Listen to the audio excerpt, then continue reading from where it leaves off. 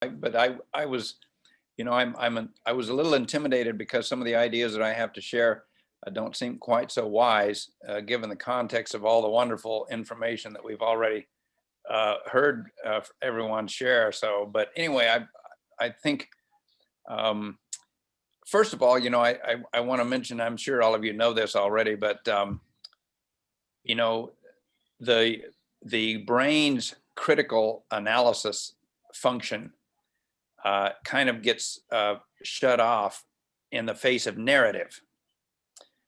So now, of course, we want our students to be critical thinkers. So don't always tell stories.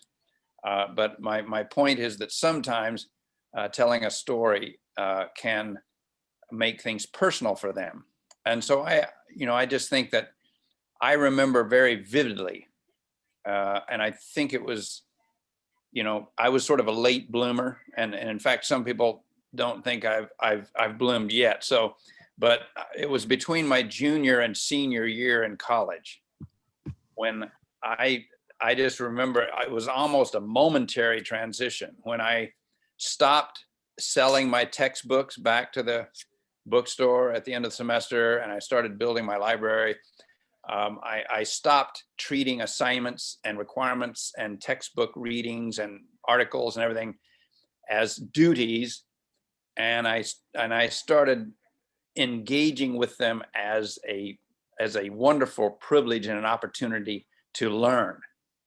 And it was like this. I don't know. It's a window that changed from, oh, I have to do this to try to get a grade, to, wow, this is a personal epistemology opportunity when I can literally build my meager knowledge base, with this wonderful cornucopia of information. And I honestly, I haven't reflected on it sufficiently to provide, nice pointers, like outline bullet points of how to lead students toward that same transition. But I think it has to do with, personal relevance.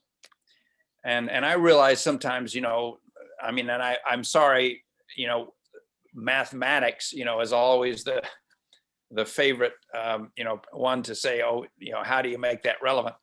But so I'm sorry to mention that, but stuff like that. I mean, it's some disciplines may be more challenging than others, but the challenge, I suppose, that I try to embrace is to help students understand how this information can be personally relevant.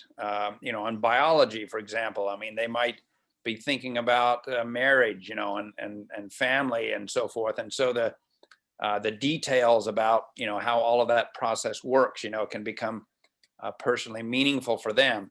Of course, I realize there's many more topics in biology than that, but and saving the planet, environmentalism, sustainability, green design. I mean, there's a lot of different entry points, and certainly they're going to be different for every student.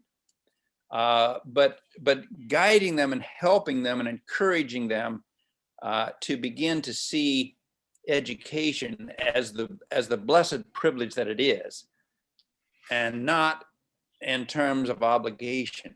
And like I say, I'm probably that's just posing more questions than it is giving you nuggets of wisdom. But just using my own personal experience, I try to help students understand that when you can light your own fire internally to become interested, truly, genuinely interested in learning, then the grades and all the things that they thought they were concerned about, all of those things tend to take care of themselves. Because if you're passionate about learning, you're going to excel in your courses. So anyway, I don't know if that's helpful at all, but thank you for this opportunity. It's an honor to be here.